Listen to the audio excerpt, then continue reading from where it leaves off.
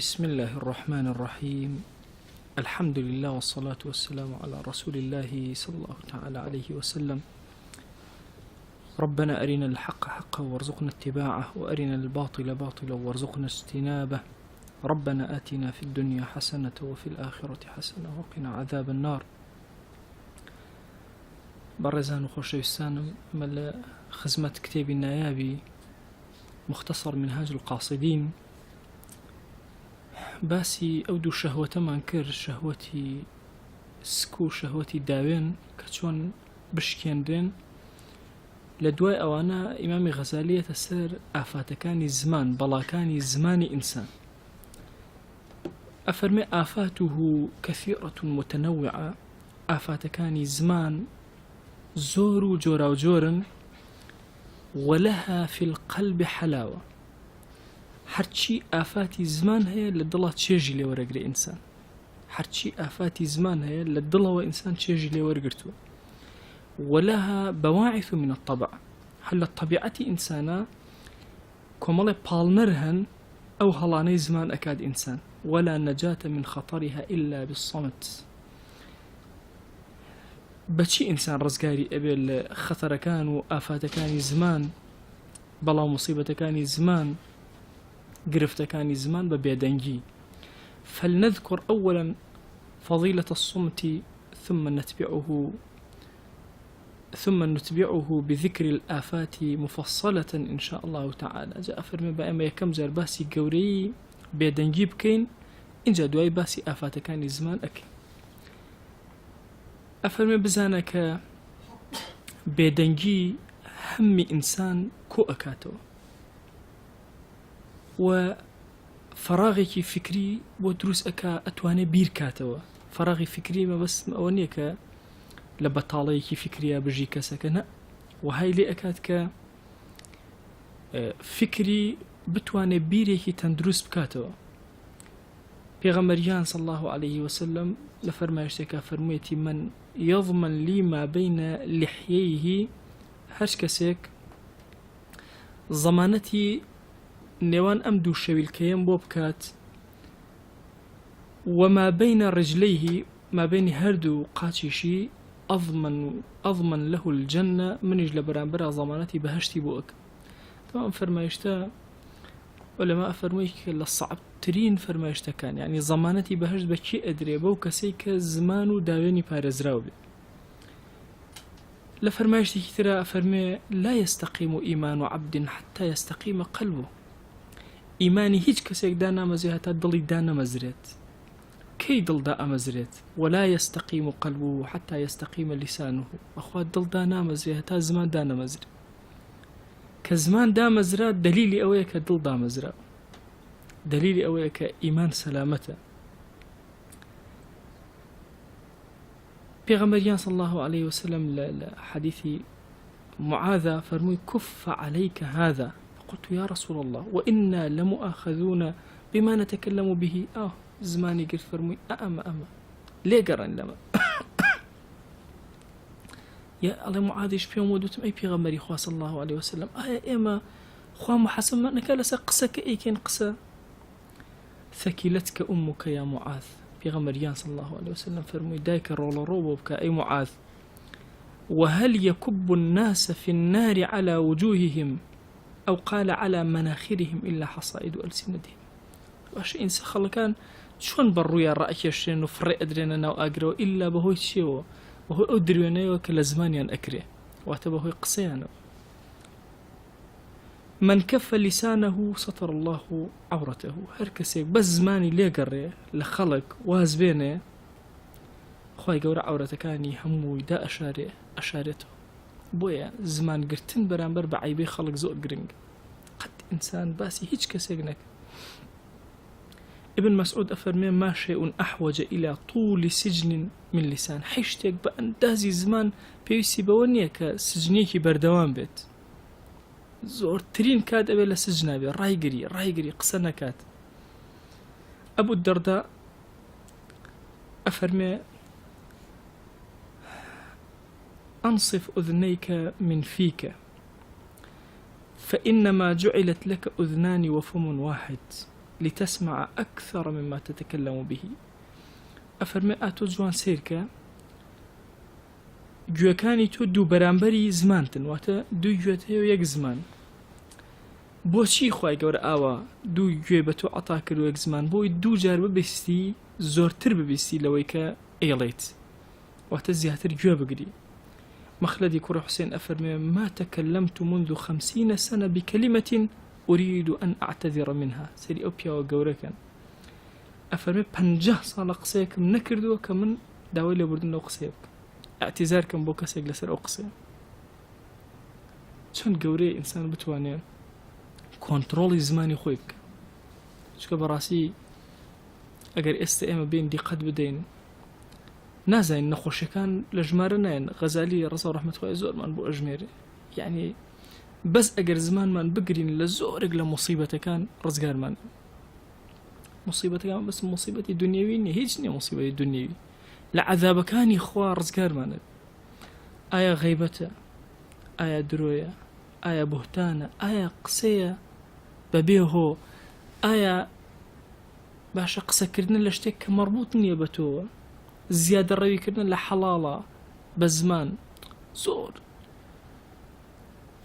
بۆیە سێرەکەی پیاوە گەورەکان هەمیشە لە جیهادێکی زۆر گەورە بوون بەرامبەر بە زمانی خۆیان، بە زمانیان ڕاگرن. با بچینە سەر ئافاتەکانی قسەکردن. ئافەتی یەکەم الکەلام فیما لا یعنی، لە شتانێکە قسە بکەی کە مەربوط نییە بە تۆ، ئیشی تۆ نییە. واعلم أن من عرف قدر زمانه وأنه رأس مالي. هەر کەسێ بزانێ زمانی ئەو چەند گەورێ، ڕأس مالی تۆ باشە هەموو پارەی تۆ کە لەبەر چنگ تابێ ئیشی پێ بکەیت زەمانەکەی تۆیە. هەر کەسێ ئەمە بزانێ لەم ينفقوا إلا في فائدة، بە هیچ شێوازێ لە شتی لاوەکیە سەرفی ناکە لە سوودا نەبێ. وهذه المعرفة توجب حبس اللسان عن الكلام فيما لا يعني. أما وقت لي أكا زمانت لهرشتي بيوزني بوا رايقري نهيلي قصبك، لأنه من ترك ذكر الله تعالى واشتغل بمباح لا يعنيه. أما لبرشية شو هركس ذكري خوات تركه مشغول بكوملشتي حلاله كمربوطنين بوا، كان كمن قدر على أخذ جوهرة فأخذ عوضها مدرة. بالضبط وەکو چی وایە ئەفەرمێ ئەگەر کەسێک بێت و ذکری خوا نەکات قسێ بکات لە شتانێکە کە شتەکان پەیوەست نین بەوە، هیچ مەربوط نین. ئەفەرمێ بالضبط وەکو کەسێک وای اختیاری بنێ کاکە ئەوەرە جەوهرە هەڵگرەوە، باشە مرواری زۆر گران بەها هەڵگرەوە، ئەو بچێ کڵۆگڵ هەڵگرێتەوە، باشە قوڕ هەڵگرێتەوە لە زەویە. طبعا کڵۆگڵ شتێکی تری پێڵێ بە کوردی، قوڕ کە تند ئەبێ مەسەلەن کڵۆگڵ. پیامبەری خوا صلی الله علیه وسلم لە فەرمایشتێکە ئەفەرمێ لە ئاخری زەمانە بەیتێک نییە، ماڵێک نییە من مەدەر ئەو حەجەر إلا أدخله الله هذا الدين. سبحان الله، ماڵێک نییە بە قوڕ دروست کرابێ یا بە بەر دروست کرابێ إلا ئەم دینە ئەچێتە ناوی. بعز عزيز أو ذل ذليل، یان ئەوە تا کەسێک عزیز ئەکا کە پەیامەکە ئەگەێنێ، یا کەسێک زەلیل ئەبێ و پەیامی خۆ ئەگاتە ئەو شوێن. لە ذیلی ذەلیلە سبحان الله هەندێک یاداشتی عولەما هەیە زۆر شیرینە لە مەسەلەی وشەی مەدەرەوە ئەو کەلیمەمان هێنا. ئەفەرمێ جاری وایە خوا کەسێک زەلیل ئەکا بەڵام ئیشی پێیەتی ئەیباتە شوێنێک ئەو شوێنە پەیامی خۆی پێ ئەگە، نەفی ئەکرێ بۆ شوێنێک ئەم فەقیرە زۆر بێتاقەت بێزا کەسی خەیری تێ ئەبێ بچێت لەویان نەفرێک هەیە لەسەر دەستی ئەم هیدایەت وەرگرێ، ماڵێک هەیە بێ دینی خۆی تێبچێ. وەی هەر مصیبەتێک بەسەر ئینسان نایەت ئینسان زۆر بە گەشبینی سێری کە وا تەسەوور نەکات دنیا کاولووە. هەموو ئەو مصیبەتانە ڕوئەکەنە ئینسان دەرگای خەیری لە پشتەوەیە، دەسێکی نهێنی ئیلاهی لە پشتەوەیەتی کە سوود وەرئەگرێ. ئەوە لەو شەی مەدەرەکەەوە هێنامان. جا سبحان الله ئەفەرمێت چۆن اختیار، ینی کەسەکە بنوێ لە بریەوەی دەستبەرێ بۆ جەوهرەکە، دەستبەرێ بۆ کڵۆگڵێک هەڵیگرێ، چۆنە بالضبط ئەو هەیە کەسێک کە قسەی جوان لەسەر زەویە، ذکری خوا مرواریەکانی سەر زەوین، لە بری ذکری خوا قسەیەکی بێهودە بکە بالضبط أفرمي وكواي كله قليشي هالقرتب. وهذا خسران العمر، أمش خسارة منديكي زور قوري جيانة، همو جيان إنسان خسارة مندي كردو. بيغمريان صلى الله عليه وسلم لفرما يشتكى أفرمي أن النبي صلى الله عليه وسلم قال من حسن إسلام المرء تركه ما لا يعني. جواني إنساني إيمان دار لتشيها هرچی پەیوەست نەبێ بەوە قسەی تیان ناکە. ئەتخوا سەری ئەو فەرمایشتە پیرۆزە بکەن و سەری زەمەنی ئێمەکە. تخوا سەری بەس مەجلیسەکانمان کەن، چەندێ باسی سیاسەت و چەندین شت باسە هیچ مەربوط نین بە ئێمەوە، هیچ فیما لا یعنی قسەکردنە لە شتێکە کە ئیشی ئێمە نییە. اینجا وەرە مەسەلەن بزانە لە ژیانی ڕۆژانەی خۆمانە ڕۆژێکە تا ئێوارە بەس بژمێرە بزانە ئەو قسانە کە بێهودەن چەند زۆرن. ئەی ئەوانەی بەسوودن، ئەوانەی کە بە ذیکری خوا بۆت ئەنووسرێ. هەندێ وشە هەیە بە ذیکری خوا گیان بۆت ئەنووسرێ. لەوە چێ تۆ بڵێ من ئامۆژگاری مناڵەکەمەکەم بە ذیکری خوا بۆت ئەنووسرێ. لەگەڵ ڕەفیقەکەمە باشە قسەیەکی خەیری بۆ ئەەکەم ئەوە هەموو بە ذیکری خوا نووسێ. خۆ ذیکری خوا بەس بریتین لە مثلا بڵێ ئەستەغفر الله سبحان الله الحمد لله. الدنيا ملعون وملعون ما فيها إلا ذكر الله وما والاه. باشا دنيا فرمي ملعونة لعنتي لكرا أو شي تياتي لعنتي لكرا إلا تشي نبي لنا ودنيا ذكري خوا جل جلاله أو شي كبدوري ذكري خوايا أصورته. لقمان حكيم برسياري لكرا ما بلغ من حكمتك بتشي قيشت أمرت ببرزل حكمته بويتكسي داناي سرزوي. قال لا أسأل عما كفيته، برسيال لشتين ناكم ك لكل من كوتوا وتخلكي ترقصيت يا كذا ما نتر إشي مني وازي لين، ولا أتكلف بما لا يعنيني. قد محاولة ناكم بزور أو شتي مربوطني منو زور كم لخو مقصيت ياكم قصيت ناكم. وروي أنه دخل على داود عليه السلام وهو يسرد درعا فجعل يتعجب مما رأى فأراد أن يسأله عن ذلك فمنعته حكمته فأمسك. الرواية كراوة كتب لي داود عليه السلام أو خريكي دروس كدني درعيكي جوان بو باش قلغانيكي جواني دروس أكر زور سري ثرمان لما ويستي برسياركا وستا حكمتك دانايتك نيش برسيار لبكاري ما بتشون دروسي أكي چند جوانا هيج. فلما فرغ داود عليه السلام قام ولبس الدرع ثم قال نعم الدرع للحرب. إن جاء أفرمك طوابو درعك لبركر جوان باش قلغانك وقلغان أمي دسته درع أو يك لبركر زريتي وزري بوش بكتين الله نشبي الله والدبا بوشتيو الله بإسا بس خويلة فعلا زري بوشة باشا أو جامرجي جني إلا الزري هندي جار هندي بيستان بكار هنا وكشمشير نيبري يعني لناو بيستك هندي أسنو أنا بكار هنا وكسوديان لي ورقرت. جاء فرمي وتي أما زور جوانا. إن جاء لقمان فرمي الصمت حكم وقليل فاعله. بيدنجي حكمتي خوايا أم هاي نمكو جاين توسكو مولدك يهر بجانرو فرموي بيدنجي حكما باشا دانايتين بلام زور كم هيك إنسان زور كسي كم هيك جيبجيكا و بيدنجي هالبجيري. جاء أفرمي سبحان الله أم سري سرما بو لجواني أما باشا دوائك لبريا بيني زور جوانتر وقسشي نكر خوشي قشت النتيجة نوتي بوكي دروسكي لأخيرا دركوتك أما بو خوشي دروس كرو بو جنجيشي دروس كرو. لا لقمان حكيمة تو سود لشي ورقلي كسك دانايتي حمو سرزيو دا بوشيو بچي دانايتك دسكوتو بس بزمان باش أوي مربوطني بمنو قصيتياناك أول شي خلق لبري من قصيتياك من هر قصيتياناك كو بيدنجي زور قورتر لبدنجي أو آفاتي يكم كوابو يكم دردي زمان أو يكتو قصبك لشتها كمربوطنا ببتو. آفاتي دوم الخوض في الباطل، الرشون لنا قصي بطالة. وهو الكلام في المعاصي، قسكرنا لما عاصي وخرابكاري، كذكر مجالس الخمر ومقامات الفساق، وكو باسكرني مجالسي أو كسانك دانشون عرق أخوانو باشا، أو كسانك فساق وكمال مقامات وأني خواني هي توبشي قسكاني أوان بجرتو مجالس كاني أوان نقلكي همو أما كات الخوض في الباطل وقسكرنا لشي لقناه لباسكرني قناه ينهر قسكردن بقناه همو يكات الخوض في المعاصي في الباطل أشكري قسكردن بلسر شي لسر قناه تاوان.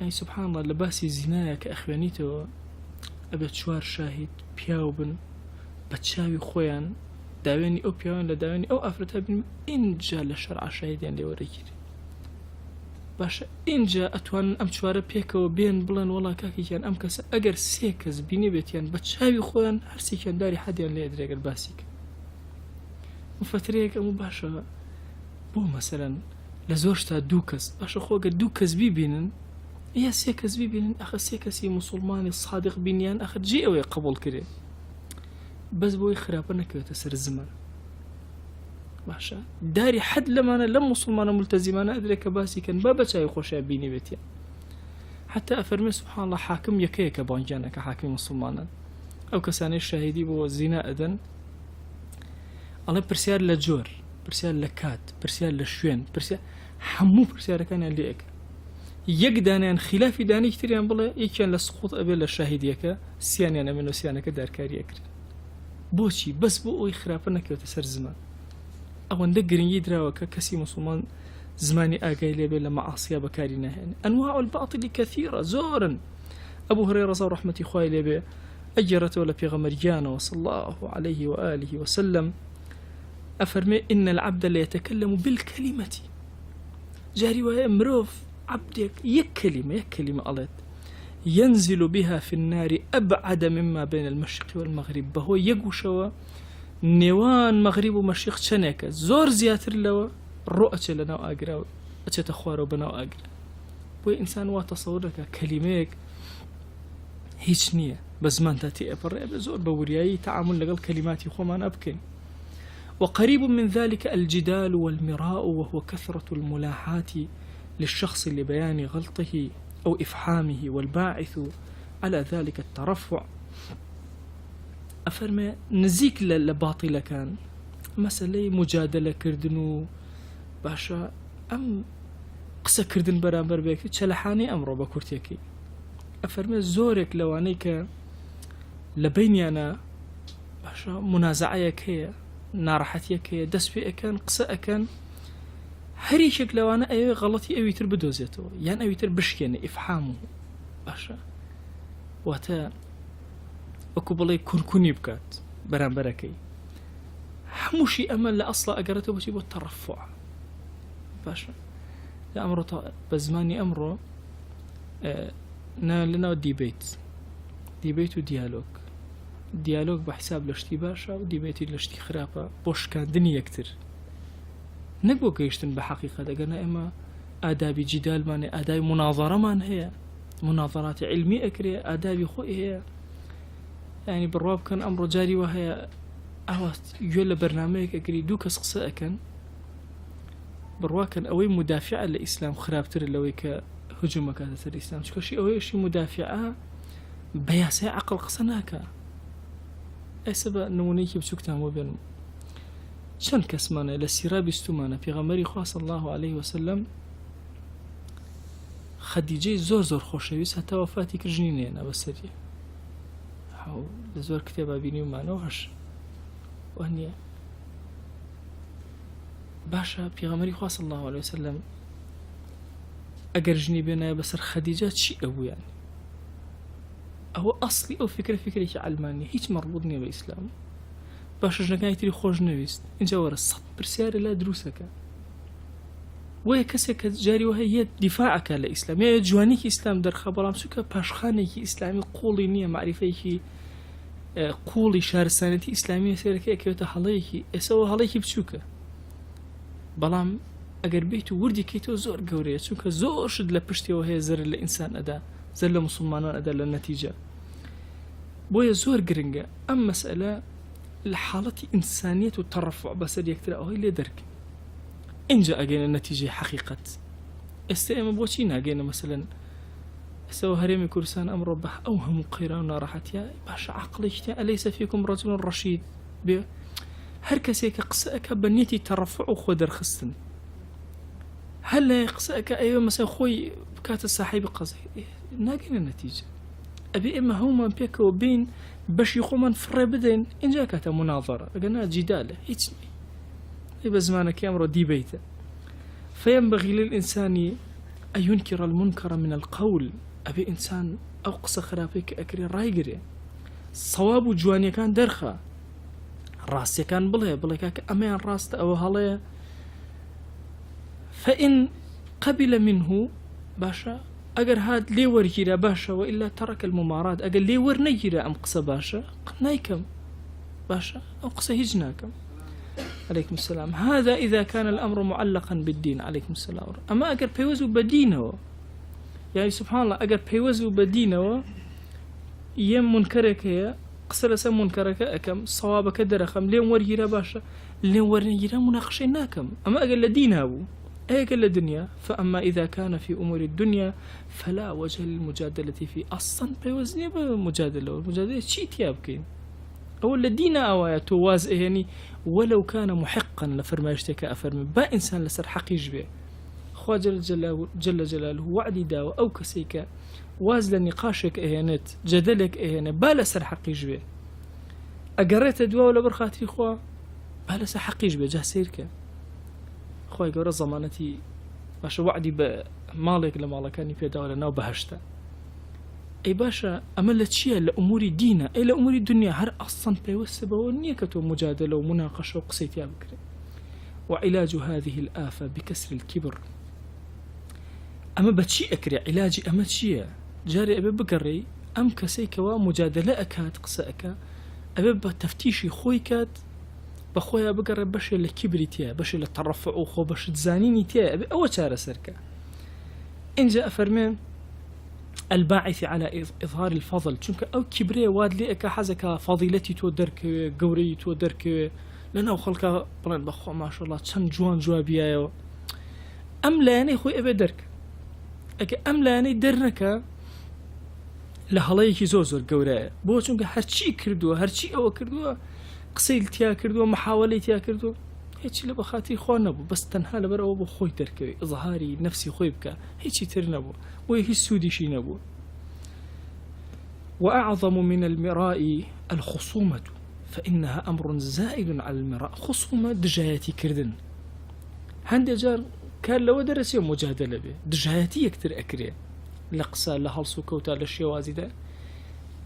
أما إيشي كسي مسلمانية أما هيك الآفات كان زمان كتوشي بون أتو سير كان لم زمانا أبزان شون توشي أما بون جهلوا إلى مجلس كداني شي دوكز مناقشة كان لسا أمريكي دنيوية أمريكي سياسي دنيوية دنگ برزة كانوا تورا أبن عادز أبن ليكتر باشا هو كاركيت شي يعني هيش مربوطني بمسائلي ندينا ونحيش بيمان وايا أب ما خزمت أكين بخوا ما هيش خزمتي تاني أما الزرر كلو قلا كان لبريوي ذكري خواب كي لسر زويا هاتي خو مشغول كردو لبريوي مرواري كوكيتو هاتي خود مشغول كردو بردو قلا كانوا.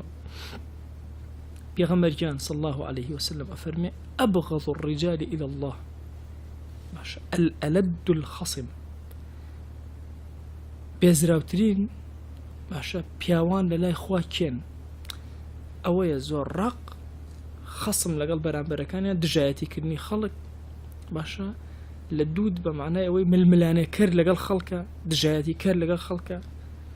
وهذه الخصومة نعني بها الخصومة بالباطل أو بغير علم أويا كدجايتي بباطل بعلم. فأما من له حق فالأولى أن يصدف عن الخصومة مهما أمكن.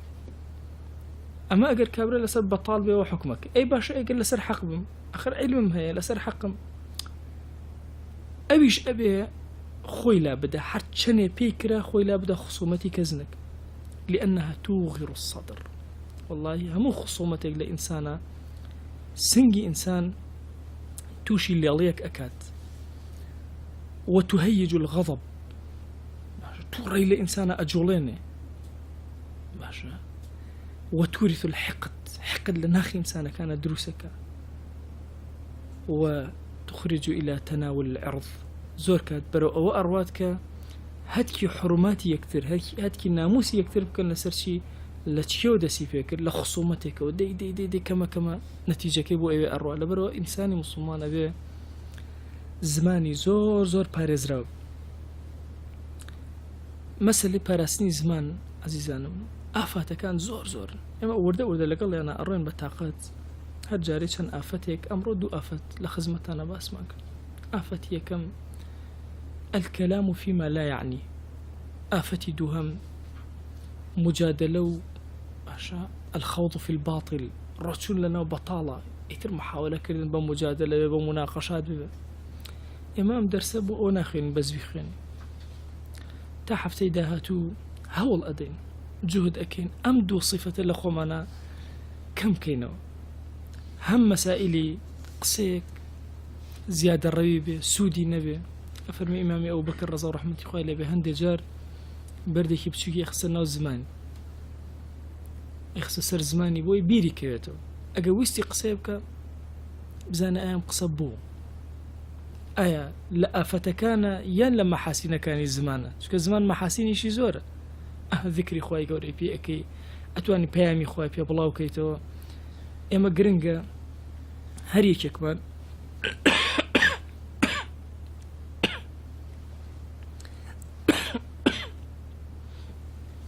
حدی ئیمکان هەریەکێکمان چەندێکمان پێکرا محاولەکەن کۆنتڕۆڵی زمانمان کرد بەخوا برایانم ئەمڕۆ زەمەنی فتنەیە وەڵاهی چۆن ئینسان جاری وایە عەمەلێکی بچووک ئەکا لای خوا زۆر بە گەورە بۆی ئەنووسری بەخوا عەمەلیش هەندێک جار ئەکات ڕەک سەفر ئەبێتەوە ئەتوو تەسەوورکەن ئەگەر کەسێک جاری وایە عەمەلێکی زۆر بەسیط ئەکا شتێکی زۆر بچووک لە تێ خورما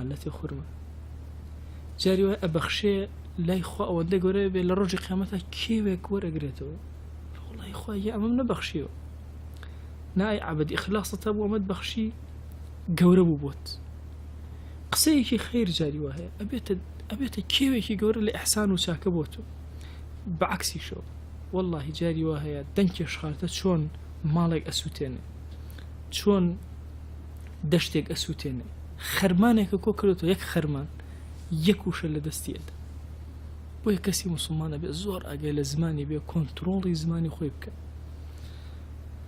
کۆنتڕۆڵی زمان ئاسانترین شتە بەنسبەت ئینسانەوە یعنی لەناو ئەو جیهادەی کە ئیکا ئینسان لەگەڵ نەفسی خۆیە ئاسانترین نابرێتە لە کۆنتڕۆڵی زمان چونکە شتێکی زاهیری ئەتوانێت کۆنتڕۆڵی کە خۆ ئێمە موسڵمان مکەلەفین بەوەی خەیاڵیشمان کۆنتڕۆڵ فکرمان کۆنتڕۆڵ باشە زمان ئاسانترینیان کە ئەبێ کۆنتڕۆڵی بکەین ئاگامان لێبێ خۆی بۆ خاتی گەورەی خۆت ئەم دەرسە و تاوی دەرسەکانی ترمان لێ قبول کە دەرگەکانی خێر بەسەرمان ئاواڵاکە یا رب العالمین یا ربی خۆی گیان داوات لێ ئەکەین بە گەورەی خۆت پەنا ئەگرین بە تۆ لە زمانمان یا رب العالمین خۆی زمانمان بگێڕە لە کاری خێرە یا رب العالمین خۆی گیان داوات لێ ئەکەین هەموو کاتێ بیرمان خەرەوەکەوە قسەیەک نەکەین بە زمانمان کە بێتە تاوانێک و پەڵەیەکی ڕەش لەسەر نامەی عەمالمان خۆی هەڵانێک کە بە زمان کردومانە داوای عەفوت لێ ئەکەین یا ربی خۆی گیان داوات لێ ئەکەین بە ناوی جوانت بە صیفەتی بەرزت بە ئیسمی عەظەمت لە گوناهەکانی زمانمان ببوورە زمانەکانمان سپی کەرەوە یا ئەکرەم الئەکرەمین خۆی گیان هیدایەتمان بدە هەڵەیەکی تر بە زمانمان نەکەین یا رب العالمین یا ربی خۆی گیان داوات لێ ئەکەین بە ناوی جوانت بە صیفەتی بەرزت بە ئیسمی عەظەمت گوناهانە لەوە پێش کردومان عەفومان کە گوناهانە لەوە دوای ئەیکەین عەفومان کە گوناهانە بە ئاشکرا ئەیکەین عەفومان کە گوناهانە بە پەنهان کردومانەوە ئەیکەین عەفومان کە یا ربی خۆی گیان لە گوناهی دڵمان ببوورە خۆی لە گوناهی چاومان ببوورە خۆی لە گوناهی گوێکانمان ببوورە لە گوناهی دەستمان ببوورە لە گوناهی قاچمان ببوورە لە گوناهی زمانەکانمان ببوورە یا رب العالمین یا ربی خۆی گیان داوات لێ ئەکەین بە گەورەی خۆت هیدایەتمان زیاد کە یا ربی خۆی گیان نێوچەوانمان بگرە بۆ خەیر یا رب العالمین یا ربی خۆی گیان داوات لێ ئەکەین خۆت بە گەورەی خۆت پەنامان بدە لە شەڕ یا ربی خۆی گیان ئێمە لە بەردەم شەیطان و هەوا و ئارەزوەکانە پەروەردگارە زۆر کات خۆمان پێ ناگیرێت تووشی هەڵە ئەبین پەروەردگارە پەنا ئەگرین بە تۆ بمان خەرە پەناگەی خۆت یا رب العالمین بمان پارێزە لە گوناهەکان یا ئەکرەم الئەکرەمین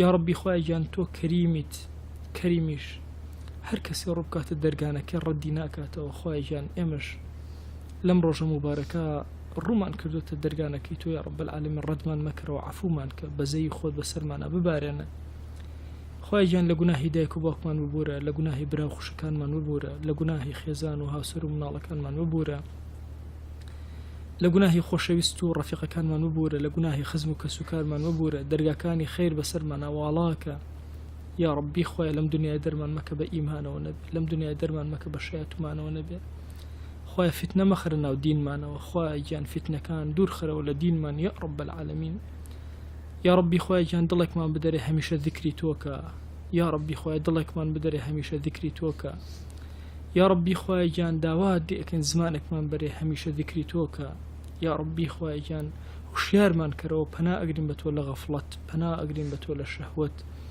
پەنا ئەگرین بە تۆ لە کیبر پەنا ئەگرین بە تۆ لە تەڕەفوع پەنا ئەگرین بە تۆ لە ڕیا یا رب العالمین خوای پەنا ئەگرین بە تۆ لە فەقیری پەنا ئەگرین بە تۆ لە کوفر پەنا ئەگرین بە تۆ لە جاهلیەت یا رب العالمین خوای گیان هیدایەتمان بدە بۆ خاتی ناوە جوانەکانی خۆت خوایە داوات لێ ئەکەین بە گەورەی خۆت هیدایەتمان زیاد کە یا ئەکرەم الئەکرەمین علمی شەرعیمان زیاد کە یا رب العالمین خوای بمان گێڕە لەو عەبدانەی کە لێرە وەکو مجاهیدێکی زۆر گەورە لەگەڵ نەفسی خۆیانە ئەجەنگن و نەفسەکانیان پەروەردە ئەکەن خوایە نەفسەکانمان پەروەردەکە خوای گیان سپاردە لای تۆ زایە نابێ پەروەردگارە کردەوەکانمان چاکەکانمان هەر هەمووی ئەکەینە سپاردە لای تۆ یا رب العالمین خوای گیان همتمان بەرزکە بۆ خزمەتی ئەم دینەت همتمان بەرزکە بۆ نوێژە جەماعەتەکانمان همتمان بەرزکە بۆ ذیکر خوێندنمان همتمان بەرزکە بۆ قورئان خوێندنمان همتمان بەرزکە بۆ نوێژی سونەتمان همتمان بەرزکە بۆ زمانی پاکمان همتمان بەرزکە بۆ دڵی پاکمان خوایە بۆ خاتری گەورەی خۆت حقد و حەسادت لە دڵمانە بەرامبەر بە هیچ موسڵمانێ نەهێڵی یا رب العالمین خوایە ئێمە لەبەر خاتی تۆ لەم شوێنە کۆبووینەتەوە هانا بۆ غێری تۆ ناهێنین واللهی دەستی دوعا بۆ غێری تۆ بەرز ناکەینەوە واللهی پەروەردگارە تۆ خۆت شاهیدی ڕکوع بۆ هیچ کەسێک هیچ شتێک نابێن بۆ تۆ نەبێ خوای گیان سەری بەرزمان بۆ هیچ شتێک نەوی ناکەین لە بەردەم تۆیان نەبێت دەیا ڕەبی پەروەردگارە بەزەی خۆت بەسەرمانە ببارێنە ئەم دوعانەمان گیراکە گرفتەکانمان چارەسەرکە ئەوەندە حەڵالمان بدەرێ لە دنیادا تووشی حرام نەبین یا رب العالمین لە هەموو شتێکە ئەوەندە حەڵالمان بدەرێت تووشی حرام نەبین یا رب العالمین یا ربی خوای گیان بەزەی بەسەر ئەم مەجلیسەمانە ببارێنە بە ئومەتی ڕەسوڵ الله حسابمان کە بە شوێن کەوتێ و قبوڵمان کە لە ناو شوبهات و شەهەواتی ئەمڕۆیە پەروەردگارە پارێزراومان کە خوایە بەرەکاتی خۆت بەسەر کاتمانە ببارێنە بەرەکات بەسەر ماڵمانە ببارێنە بەرەکاتی خۆت بەسەر مناڵمانە ببارێنە یا ربی خوای گیان داوات لێ ئەکەین ئارامی بخەرە دڵمان ئارامی بخەرە ماڵمان ئارامی بخەرە شارمان ئارامی بخەرە وڵاتمان یا رب العالمین خوای هەر کەس فتنە و فەساد لەم وڵاتی ئێمە دروست ئەکا بربڵاوی ئەکا یا ربی خوایە داوات لێ ئەکەین دەستیان بشکێنە یا ربی پەروەردگارە بە گەورەی خۆت داوات لێ ئەکەین فتنە و فەساد لەناو ئەم وڵاتی ئێمە مەهێڵە هدایەتی گەنجەکانمان بدە یا رب العالمین تەوفیقیان بدە یا ئەکرەم الئەکرەمین وصلى الله على سيدنا محمد وعلى آله وصحبه وسلم تسليما كثيرا أبدا إلى يوم الدين